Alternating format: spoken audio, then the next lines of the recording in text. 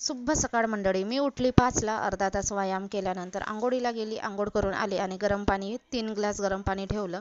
गरम पाणी 3ही ग्लास पिऊन घेतलं. तर या गरम पाण्यामध्ये मी काय टाकलं, मेथी दाणे, जिरे, सोप आणि दालचिनी याचं पावडर आहे, जे की पचनासाठी आणि बॉडी डिटॉक्स होण्यासाठी खूप छान असं आहे. तर घरच्या घरी मी बनवलेलं आहे. आणि आज जेवणामध्ये मी चण्याची रस्साची भाजी बनवली. तर रुद्रांशला टिफिन भरून दिलं, रुद्रांशला शाळेत पाठवलं.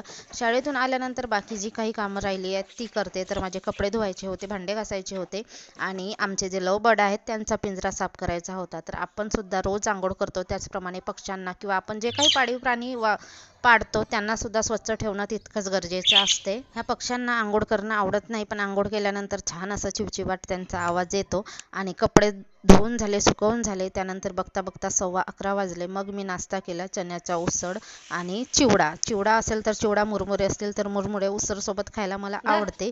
रुद्रांशाला